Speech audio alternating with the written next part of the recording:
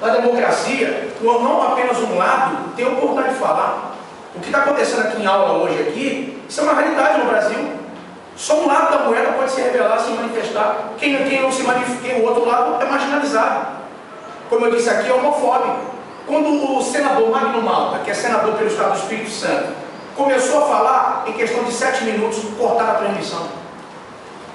Quando ele ia começar a falar sobre os predicativos, os erros e falácias que não são apresentados com relação à PL 122, cortaram a transmissão. O que não querem que a gente saiba? O que não querem que vocês ouçam, ou discutam, já que nós somos pensadores? Já que todo mundo aqui é livre para pensar e deve pensar. Olha só, é interessante que a PL 122 não é discutida hoje, não aparece em jornal, não aparece em revistas de grande circulação, toda lei, críticas, oportunidade de debater na sociedade, não é. Ao contrário, ela foi decidida no apagar das luzes de madrugada na Câmara, quando tinha pouquíssimos deputados, jogaram junto com outros papéis de emenda para assinar, de outras leis que eram para ser assinadas, foi jogado e foi assinado. E quando foi para o Senado foi da mesma forma, só que aí foi brecado. Olha o que acontece. O principal articulador, o principal intelectual que ajudou a montar a PL 122 é um homem respeitadíssimo hoje no mundo homossexual e também pelos nossos governantes, que é o Luiz Motti. Só para vocês terem ideia, eu vou trazer um pouquinho do currículo dele. É professor titular do Departamento de Antropologia da UFBA, ou seja, da Bahia, membro da Comissão Nacional de AIDS do Ministério da Saúde e do Conselho Nacional de Combate à Discriminação do Ministério da Justiça. E foi agraciado com o grau de comendador da Ordem do Rio Branco pelo presidente Fernando Henrique Cardoso. Agora, é interessante, pasmem, que embora todo esse currículo dele seja apresentado e seja louvável, as conquistas acadêmicas e sociais que ele teve, é interessante que os discursos e as coisas que ele escreve não tem espaço na mídia. Só aparece a defesa homossexual. Ele deu uma entrevista agora há pouco tempo para um site, o site Terra, e é interessante que as coisas que ele falou ninguém discute, ninguém questiona. É incrível que as coisas que eu vou apresentar aqui, algumas delas, eu só apontei no que ele pensa. Foi a partir do momento que houve agora no STF, houve a aprovação da questão homossexual como entidade familiar, simplesmente, misteriosamente, tudo que ele disse foi retirado da internet de circulação. Você não acha praticamente nada do que ele fala. Olha só, ele escreve num artigo que ele colocou, chamado Meu Moleque Ideal. Nos últimos 36 anos de prática homoerótica, calculei que devo ter transado com mais ou menos uns 500 homens diferentes. No meu caso, para dizer a verdade, se pudesse escolher livremente o que eu queria mesmo, não era um homem, e sim um meninão. Um efebo, do tipo daqueles que os nobres da Grécia Antiga diziam que era a coisa mais fofa e gostosa para se amar. Se nossas leis permitissem, se os santos e santas me ajudassem, adoraria encontrar um moleque maior de idade, mas aparentando 15 anos. E vai falando aí com palavras de baixo escalão.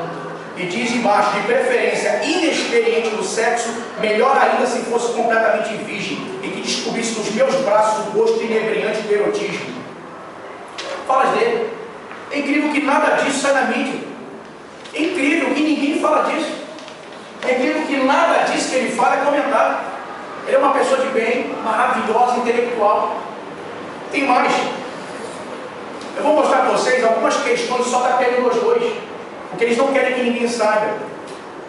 Dentre a questão de proteger o homossexual da violência, etc., olha só, artigo 1º, serão punidas na forma da lei, isso o artigo da PL 122, serão punidas na forma da lei os crimes resultantes de discriminação ou preconceito de raça, cor, etnia, religião, procedência nacional, gênero, sexo, orientação sexual, identidade de gênero.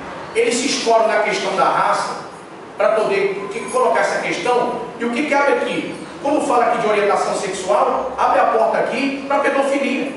Ué, porque desejo por desejo, já tem psicólogos dando entrevistas, hoje até no Brasil, dizendo que a pedofilia é uma orientação sexual. E que esse próprio Luiz Mota, ele diz, Luiz Motti, em um dos escritos dele, sabe o que ele diz? Ele diz que no Brasil que não aceita. Mas existem existem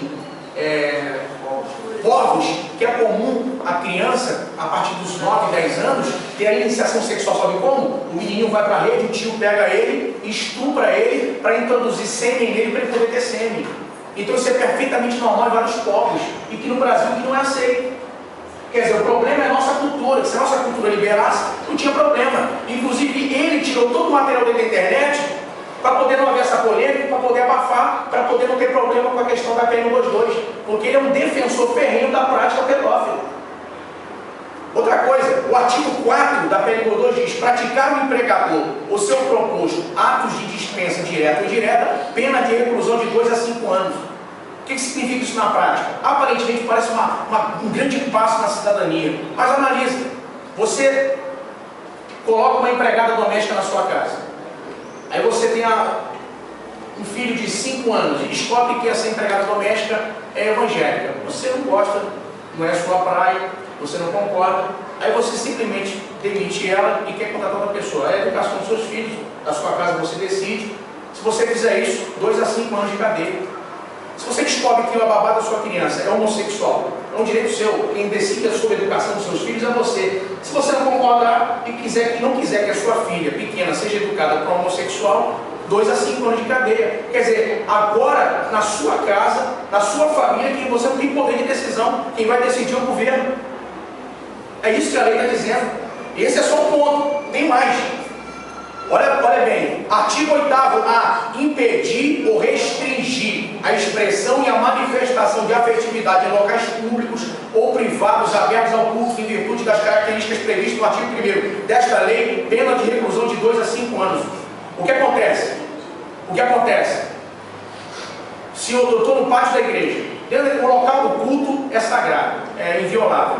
Mas vamos dizer que no pátio da igreja tenha um casal heterossexual se beijando, ou um homossexual se beijando. Se eu chegar lá e pedir para parar, 2 a 5 anos de cadeia. Eu não posso proibir. Ele tem que estar no pátio, eu tenho que liberar a afetividade. E a prioridade na lei é deles. Os héteros é que quebram o galho para eles poderem ter direito também. Outra coisa, artigo 8º-B, proibir a livre expressão e manifestação de afetividade do cidadão homossexual, bissexual, transgênico, sendo estas expressões e manifestações permitidas da lei aos demais cidadãos. Então, sabe o que está acontecendo?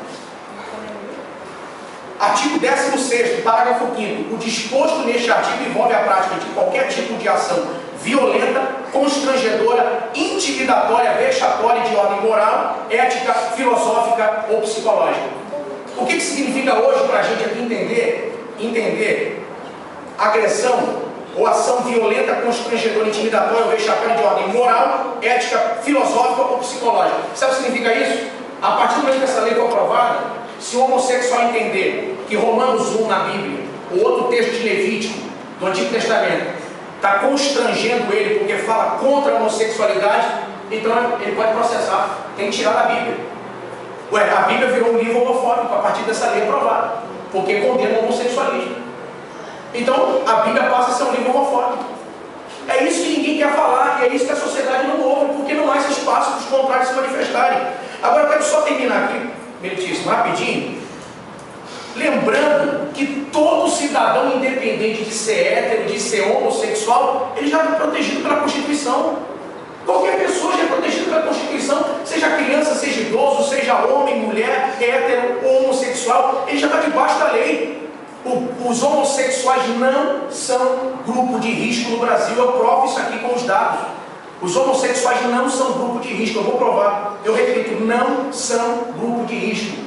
Ano passado foi tido como o pior ano da história com relação à homofobia no Brasil. Todo mundo aqui lê jornal, vê internet, e sabe o que eu estou falando, não é mentira. Foi dado como o pior ano, o ano mais violento. Sabe quantas pessoas morreram ano passado por homofobia? 260 pessoas.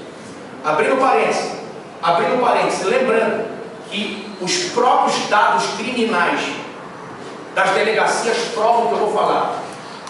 Grande parte desses assassinatos aconteceram durante a noite, em lugares expostos a perigo, como na rua, homossexuais que fazem programa, pessoas que estavam em boates gay, onde tinha droga, onde tinha livre acesso à bebida e etc.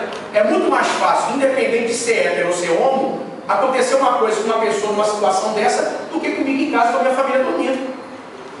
É muito mais fácil uma pessoa dessa morrer. Aí acontece, aí morre, é homofobia. Quer dizer que o homossexual não pode matar, e o hétero pode? O homossexual tem que ficar... Só um parênteses, nós não estamos no debate, aqui no tribunal. Ah, tá, desculpa. Eu peço a colega que respeite minha fala. Eu respeitei, eu fiquei quieta. Quero ver se eu tirar 10. Olha só, eu vou provar aqui. Os grupos homossexuais não são grupo de risco no Brasil. Sabe quem são grupos de risco no Brasil? Só o Brasil hoje é o líder do ranking mundial de violência contra a mulher. Só em 2007, 20 mil mulheres morreram assassinadas. E os dados dizem que cada uma morte que é computada, são 4 que não chegam a ser computadas. O número é muito maior. Em 2008 subiu para 25,5 mil. E os dados chegam a mais de 40 mil em 2010. 40 mil mulheres assassinadas. Só no estado do Rio de Janeiro, ano passado, foram mais de 4.570 casos de estupro violento contra a mulher. No Brasil, enquanto que a cada 2 dias se diz que um homossexual foi morto por homofobia, pasmem, a cada 15 segundos uma mulher é assassinada no Brasil por violência. Quem é grupo de risco no Brasil? Outra coisa, quer ver quem é de risco, grupo de risco no Brasil? A criança. Enquanto que a cada 2 dias morre um homossexual por homofobia, no mesmo período morrem quase 4,4 crianças morrem por dia. Isso sem falar de trabalho escravo, isso sem falar de abandono familiar. Estou falando só de mortes computadas. E as estatísticas dizem, a Unicef diz que a cada uma criança que é computada aqui, 10 não são. Segundo o deputado federal do PT, Luiz Eduardo, cerca de 70% dos pedófilos do mundo estão no Brasil. O Brasil hoje é um paraíso para a pedofilia. 70% dos pedófilos do mundo estão no Brasil. Quem é grupo de risco no Brasil? Quem é que realmente é grupo de risco no Brasil? Eu termino aqui minha fala. O que aconteceu no STF? De maneira alguma, eu ou qualquer cidadão de bem, somos contra os direitos adquiridos de uma pessoa. Ué, se a pessoa morou junto, se a pessoa construiu alguma coisa junto, ele tem direito sobre aquilo. O outro saiu fora, o outro morreu, ele tem direito. Mas é interessante, Meritício, que agora que há anos, há décadas nesse país, pessoas como, por exemplo, o caso do Enéas, o deputado federal Enéas que morreu, o irmão dele criou ele porque os pais morreram. O Enéas morreu, ele que enterrou o irmão, não teve qualquer direito a pensão em nada. Há anos, há décadas nesse país, irmão, casos como esse de parentes e familiares se requerem no Brasil e não ganham qualquer pensão. Por que nunca se levantou a bandeira dessa? Por que nunca se questionou isso? É estranho. Aí sabe o que acontece? Só para terminar, vamos entender aqui o que aconteceu ali. Nós temos 3 poderes no Brasil: o executivo, o legislativo e o judiciário. O executivo é o presidente e consequentemente, os governadores e prefeitos. Eles nomeiam ministros, o presidente pode fazer medidas provisórias.